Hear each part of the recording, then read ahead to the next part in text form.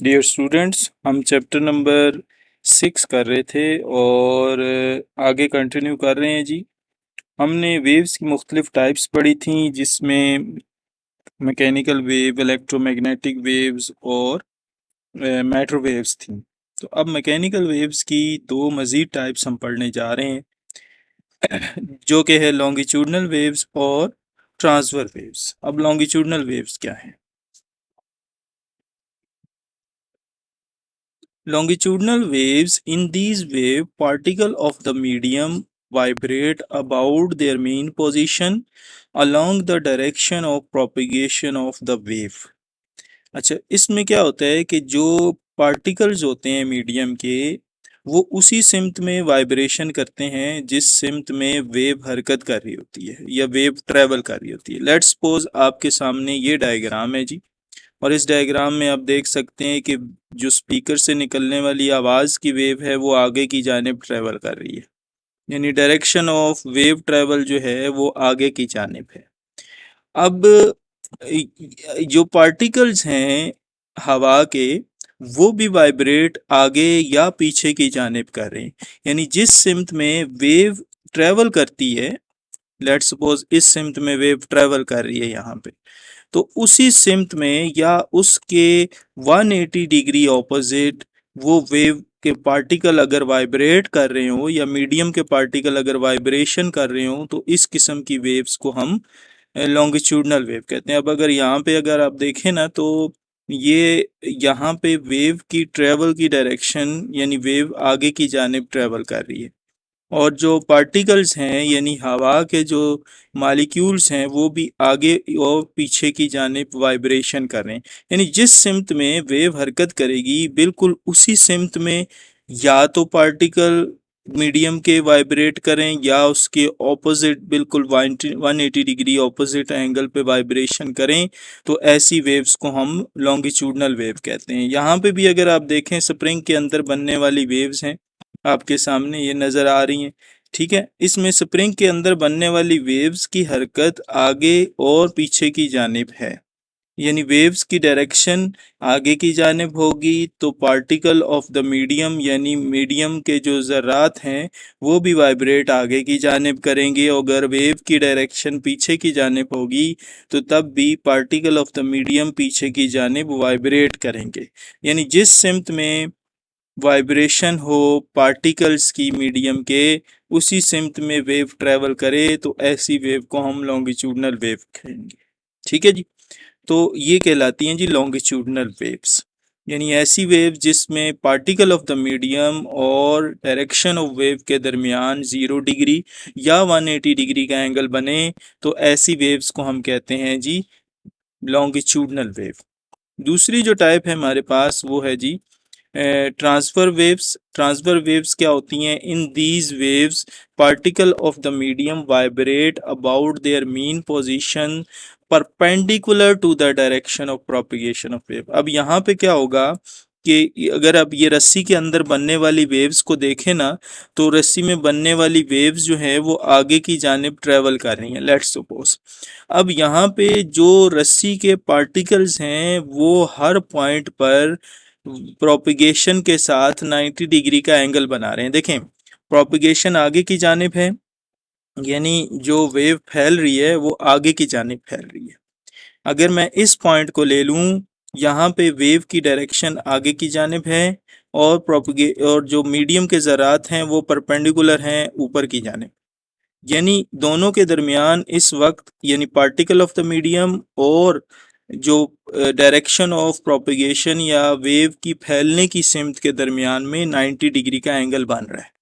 तो ऐसी वेव्स जिसमें पार्टिकल ऑफ द मीडियम और प्रोपिगेशन ऑफ वेव के दरमियान में 90 डिग्री का एंगल बने, दोनों एक दूसरे के साथ परपेंडिकुलर हों, यानी जिस सिमत में वेव हरकत कर रही है उसके बिल्कुल परपेंडिकुलरली जो मीडियम के जो ज़रात हैं वो वाइब्रेट करें, तो ऐसी वेव्स को हम कहते हैं जी ट्रांसफर वेव्स। अब यहाँ पे अगर आप देखें ना, तो जो मूवमेंट ऑफ मालिक्यूल्स है वो अप एंड डाउन है, जबकि प्रोपिगेशन की सिमत आगे की जानिब है। तो हर पॉइंट के ऊपर जो यानी कि एंगल बन रहा है पार्टिकल ऑफ द मीडियम और प्रोपिगेशन के दरमियान में, वो 90 डिग्री का एंगल बन रहा है। तो ऐसी वेव्स को हम कहते हैं जी ट्रांसवर वेव्स। तो लॉन्गिट्यूडनल और ट्रांसवर वेव्स में फर्क भी यही होगा। ठीक है, तो हम आगे इसके फर्क को भी देखेंगे कि दोनों में है क्या फर्क असल में।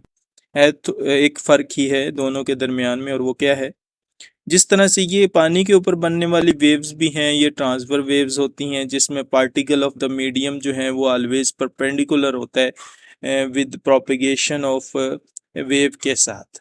इसी तरह ये रस्सी के ऊपर बनने वाली वेव्स में भी इसी तरीके से है, यानी वाइब्रेशन ऑफ रोप जो होगी वो परपेंडिकुलर होगी with the propagation of wave. अब फर्क क्या है, हम फर्क की बात करते हैं अगर, तो देखें लॉन्गिट्यूडनल वेव्स वो होती हैं those waves in which particle of the medium move parallel to the propagation. Parallel का मतलब उसी सिमत में, जिस सिमत में वेव ट्रेवल करेगी बिल्कुल उसी सिमत में जो है वो पार्टिकल ऑफ द मीडियम भी ट्रेवल करे अगर, तो वो कहलाती हैं जी लॉन्गिट्यूडनल वेव।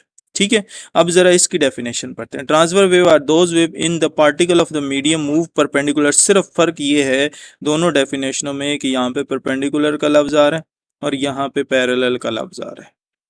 ठीक है जी, ये फर्क है दोनों में। To the direction of propagation of, for example, अब मुख्तलिफ एग्जाम्पल भी आगे उसने बता दिया, भाई ये फर्क है। यानी अगर पार्टिकल ऑफ द वेव यानी वेव्स के जो ज़रात हैं वो उसी सिमत में वाइब्रेशन करें जिस सिमत में वेव ट्रेवल कर रही है, तो वो लॉन्गिट्यूडनल वेव है। लेकिन अगर पार्टिकल ऑफ द मीडियम यानी वेव्स के जो ज़रात हैं वो परपेंडिकुलर हों, वो परपेंडिकुलर हों जिस डायरेक्शन में वेव ट्रेवल कर रही है उसके, तो ऐसी वेव्स को हम कहते हैं जी ट्रांसफर वेव्स। ठीक है जी, मेरे ख्याल से आपको ये कॉन्सेप्ट अब क्लियर हो गया होगा कि ट्रांसफर वेव्स और लॉन्गिट्यूडनल वेव के दरमियान में क्या फ़र्क है हमारे पास। नेक्स्ट जी हमारे पास है वेवलेंथ। ये छोटे से टॉपिक्स हैं, छोटी छोटी डेफिनेशन है लेकिन इंपॉर्टेंट है, पेपर में आती हैं अक्सर, तो इसको देखते हैं। वेवलेंथ क्या होती है? Wavelength it is the distance between two consecutive compression and refraction. Wavelength को करने से पहले आप कंप्रेशन और रिफ्रैक्शन का बताओ कि ये क्या चीज होती है। ठीक है जी, तो कंप्रेशन और रिफ्रैक्शन को हम पहले पढ़ लेते हैं। कंप्रेशन क्या है देखें ज़रा, ये साउंड वेव्स ट्रेवल कर रही हैं और स्पीकर से निकल रही हैं। अब यहाँ पे अगर आप देखें ना, तो इन पॉइंट्स के ऊपर, ये जो पॉइंट्स हैं, इन पॉइंट्स पर जो पार्टिकल ऑफ द मीडियम है यानी हवा के जो मालिक्यूल्स हैं वो एक दूसरे से दूर दूर हैं। इन पॉइंट्स को हम रेयर फ्रैक्शन वाले पॉइंट कहते हैं। ठीक है, और ये पॉइंट अगर आप देखें ना, जहाँ पे जो मालिक्यूल्स हैं हवा के वो एक दूसरे के करीब करीब हैं, बहुत करीब हैं, तो इन पॉइंट्स को हम कंप्रेशन वाले पॉइंट कहते हैं।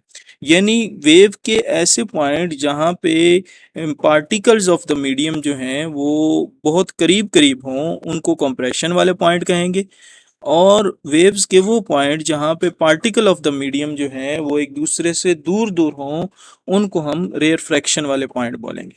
तो दो रेयर फ्रैक्शन या दो कंप्रेशन का जो दरमियानी फासला है, ये कंप्रेशन है ये कंप्रेशन है, इसका जो दरमियानी फासला है ये असल में वेवलेंथ कहलाता है। या दो रेयर फ्रैक्शन के दरमियानी फासला, ये रेयर फ्रैक्शन है ये रेयर फ्रैक्शन है, इसका दरमियानी फासला भी वेवलेंथ कहलाएगा। तो अभी हम डेफिनेशन की तरफ चलते हैं। वेवलेंथ वेवलेंथ क्या है? It is the distance between two consecutive compression and rarefaction, या टू कंसेक्टिव क्रेस्ट और ट्रफ। क्रेस्ट और ट्रफ को हम आगे जाके पढ़ लेते हैं।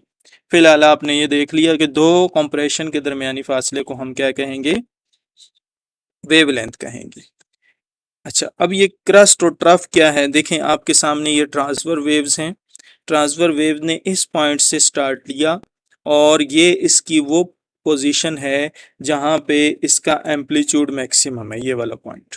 ठीक है, ये वो पॉइंट है जहाँ पे इसका एम्पलीट्यूड ट्रांसफर वेव का मैक्सिमम है, ये भी वो पॉइंट है जहाँ पे एम्पलीट्यूड मैक्सिमम है। तो इन पॉइंट्स को जो मीन पोजीशन से ऊपर की जानिब हैं और वहाँ पे एम्पलीट्यूड मैक्सिमम है, उन पॉइंट्स को हम क्रस्ट कहते हैं। और ट्रफ क्या है? ये वो पॉइंट है, ये पॉइंट अगर मैं देखूं तो यहाँ पे एम्पलीट्यूड कम से कम है। ठीक है, नीचे की जानिब माइनस में है ना, तो ट्रांसफर वेव्स के वो पॉइंट जहाँ पे एम्पलीट्यूड कम से कम हो और नीचे की जानिब हो, उन पॉइंट्स को हम ट्रफ कहते हैं। ठीक है, तो क्रस्ट और ट्रफ की हम जरा डेफिनेशन कर लेते हैं यहाँ पे। ये क्या डेफिनेशन होगी जी, जरा देखते हैं उसको। Crust the portion of transfer wave above the mean level, mean level से ऊपर वाले जो भी पोर्शन होगा उसको हम क्रस्ट बोलेंगे। और ट्रफ क्या होगा, the portion of transfer wave bellow the mean level, mean level से जो नीचे होगा वो ट्रफ कहलाएगा। तो ये क्रस्ट हैं दो पॉइंट, ये भी क्रस्ट है, ये भी क्रस्ट है, और ये एक ट्रफ है हमारे पास। ठीक है जी, तो आज की वीडियो में इतना ही। हम इंशाल्लाह इस चैप्टर को आगे नेक्स्ट वीडियो के अंदर कंटिन्यू करेंगे। ओके जी, अल्लाह हाफिज।